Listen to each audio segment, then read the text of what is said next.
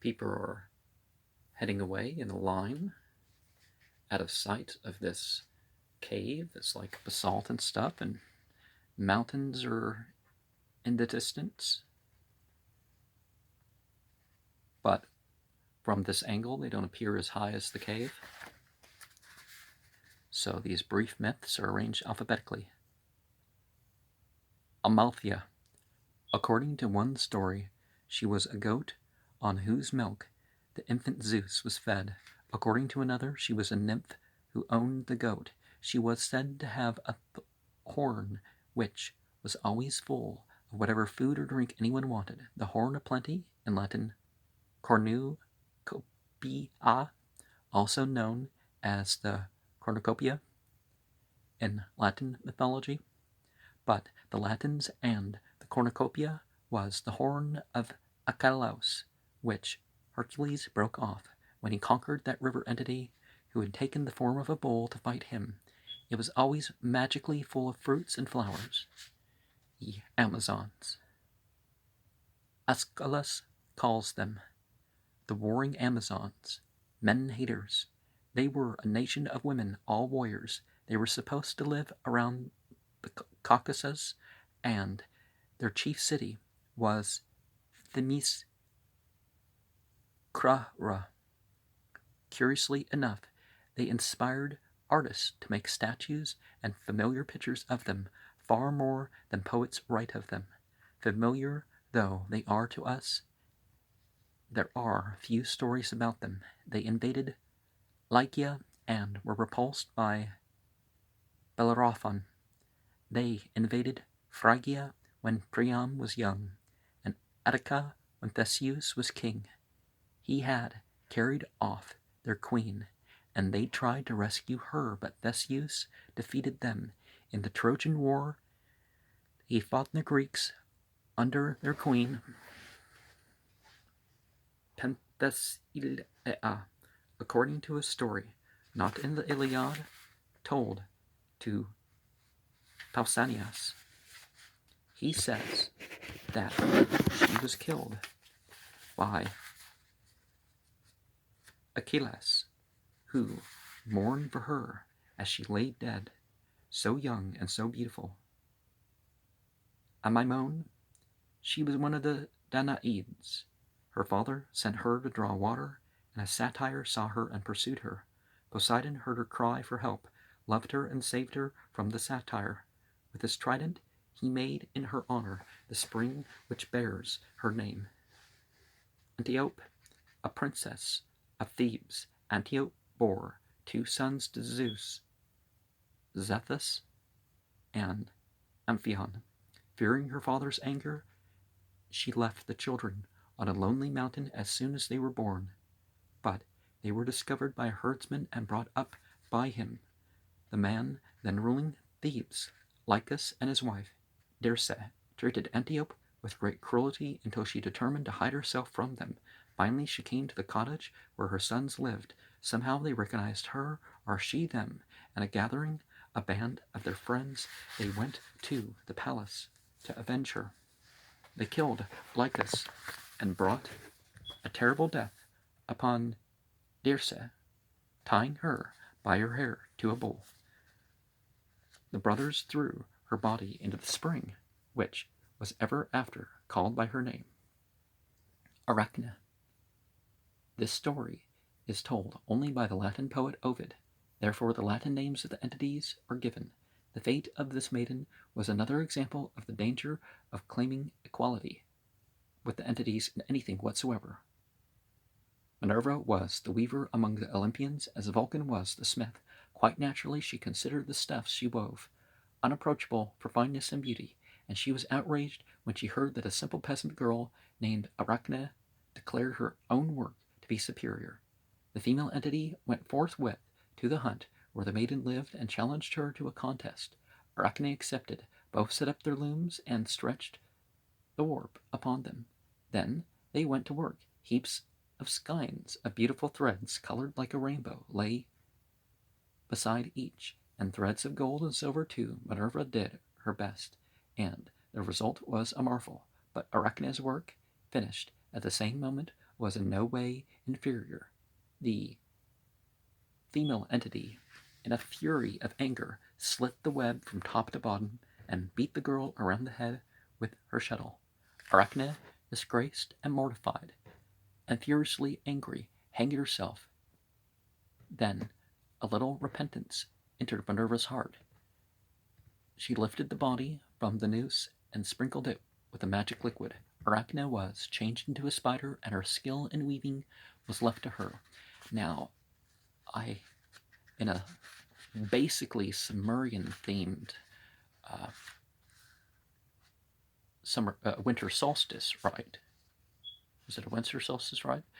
Or was it a Samhain rite? Well, anyways, it's, the Namshub and such, that's seasonal. I connected Arachne with Shub-Niggurath. Arion. He seems to have been a real person, a poet who lived about 700 BCE, but none of his poems have come down to us, and all that is actually known of him is the story of his escape from death, which is quite like a mythological story. He had gone from Corinth to Sicily to take part in a music contest. He was a master of the lyre, and he won the prize. On the voyage home, the sailors coveted the prize and planned to kill him. Apollo told him in a dream of his danger and how to save his life. When the sailors attacked him, he begged them as a last favor to let him play and sing before he died.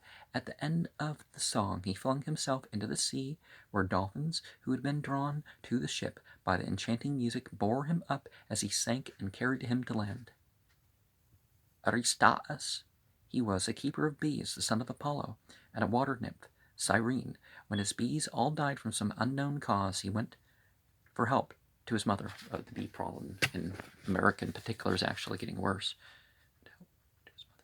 She told him that Proteus, the wise old entity the sea, could show him how to prevent another such disaster, but that he would do so only if compelled. Aristaeus must seize him and chain him, a very difficult task, as Menelaus, on his way home from Troy, found. Proteus had the power to change himself into any number of different forms.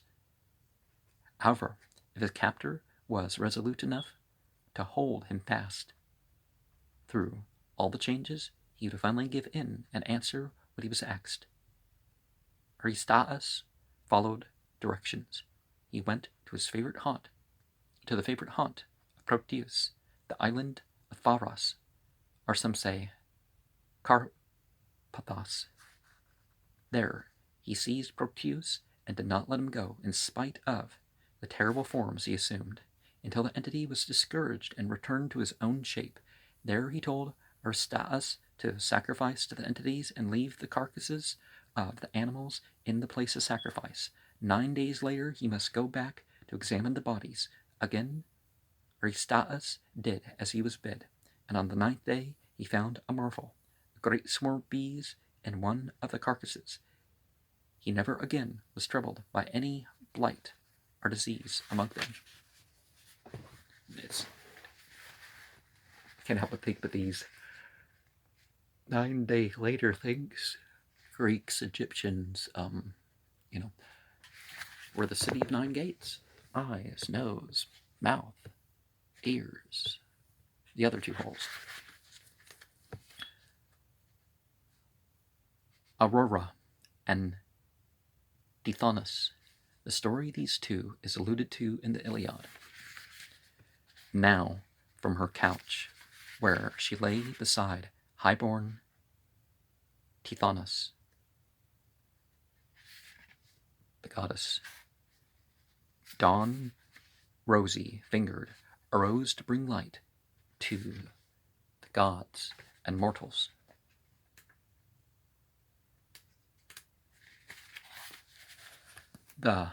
This Tithonus, the husband of Aurora, the female entity of dawn, was the father of her son, the dark-skinned prince Memnon of Ethiopia, who was killed at Troy, fighting for the Trojans.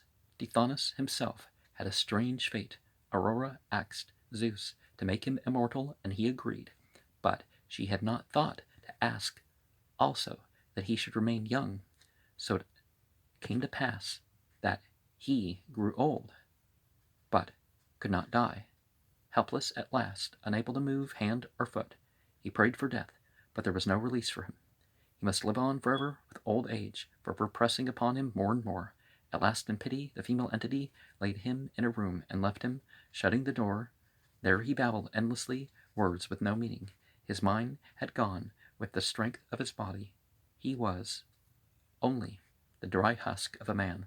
There is a story, too, that he shrank and shrank in size until at last Aurora, with a feeling for the natural fitness of things, turned him into the skinny and noisy grasshopper. To Memnon his son, a great statue was erected in Egypt at Thebes, and it was said that the first rays of the dawn fell upon it.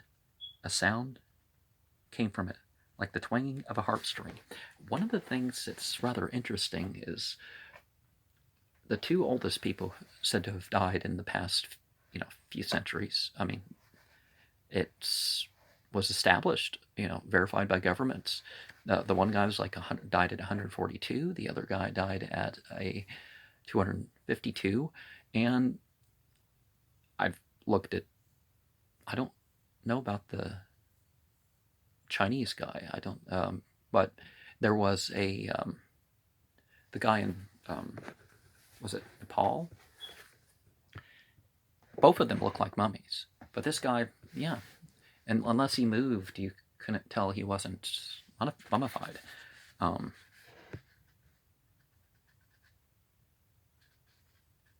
Biton and Cleobus were sons of Cadipe, a priestess of Hera. But this guy at 141, which there was a video of him, what documentary was it? But this guy, he still had his mind. Same thing with other. But Biton and Cleobis were the sons of Cadipe, a priestess of Hera. She longed to see a most beautiful statue of the female entity of Argos, made by the great sculptor Polykletus the elder, who was said to be as great as his younger contemporary, Phidias. Argos was too far away for her to walk there, and they had no horses or oxen to draw her, but her two sons determined that she should have her wish. They yoked themselves to a car and drew her all the long way through dust and heat. Everyone admired their filial piety. When they arrived, and the proud and happy mother, standing before the statue, prayed that Hera would reward them by giving them the best gift in her power. As she finished her prayer, the last two lads sank to the ground. They were smiling, and they looked as if they were peacefully asleep, but they were dead. Now, like the last story, pray to be in your best spiritual state upon your death. Not just to die, Callisto. She was the daughter of Lycaon, a king of Arcadia, who had been changed into a wolf because of his wickedness. He had set human flesh on the table for Zeus when the entity was his guest. His punishment was deserved, but his daughter suffered as terribly as he, and she was innocent of all wrong. Zeus saw her hunting in the train of Artemis and fell in love with her. Hera, furiously angry, turned the maiden into a bear after her son was born. When the boy was grown and out hunting, the female entity brought Callisto before him, intending to have him shoot his mother, in ignorance, of course, but Zeus snatched the bear away and placed her among the stars, where she is called the Great Bear. Later, her son, Arcas, was placed beside her and called the Lesser Bear. Hera, enraged at this honor to her rival, persuaded the entity of the sea to forbid the bears to descend into the ocean like the other stars. They alone, of the constellations, never set below the horizon. Chiron. He was one of the centaurs, but unlike the others, who were violently fierce creatures, He was known everywhere for his goodness and wisdom, so much so that the young sons of heroes were entrusted to him to train and teach. Achilles was his pupil, and Asclepius, the great physician, the famous hunter, Actaeon too, and many another. He alone among the centaurs was immortal, and yet in the end he died and went to the lower world. Indirectly and intentionally, Hercules was the cause of his dying. He had stopped in to see a centaur who was a friend of his, Pholus, and being very thirsty, he persuaded him to open a jar of wine, which was the common property of all centaurs. The aroma of the wonderful liquor informed the others what had happened, and they rushed down to take vengeance on the offender. But Hercules was more than a match for them all. He fought them off, but in the fight he accidentally wounded Chiron, who had taken no part in the attack. The wound proved to be incurable, and finally Zeus permitted Chiron to die rather than live forever in pain. Clytie. Her story is unique, for instead of an entity in love with an unwilling maiden, a maiden is in love with an unwilling entity taken to be a god. Clytie loved the sun entity, and he found nothing to love in her. She pined away, sitting on the ground out of doors, where she could watch him, turning her face and following him with her eyes as he journeyed over the sky. So gazing, she was changed into a flower, the sunflower, which ever turns towards the sun. Dryope. Her story, like a number of others, shows how strongly the ancient Greeks disapproved of destroying or injuring a tree. With her sister Iole, she went one day to a pool, intending to make garlands for the nymphs. She was carrying her little son, and seeing near the water a lotus tree full of bright blossoms, she plucked some of them to please the baby. To her horror, she saw drops of blood flowing down the stream. The tree was really the nymph Lotis, who, fleeing from her pursuer, had taken refuge in this form.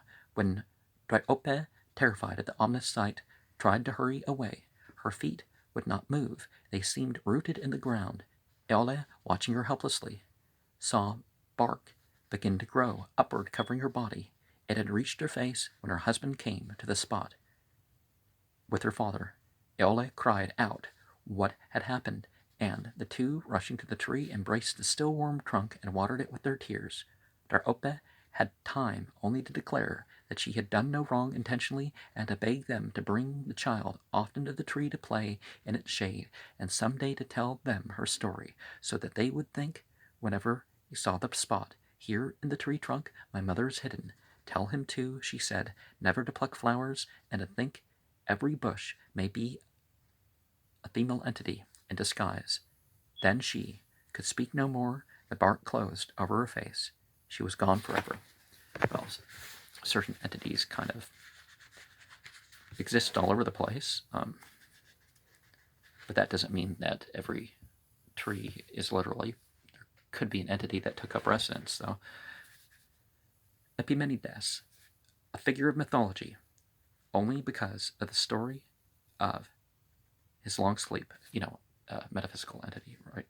He lived around 600 BCE and is said as a boy, when looking for a lost sheep, to have been overcome by a slumber which lasted for 57 years.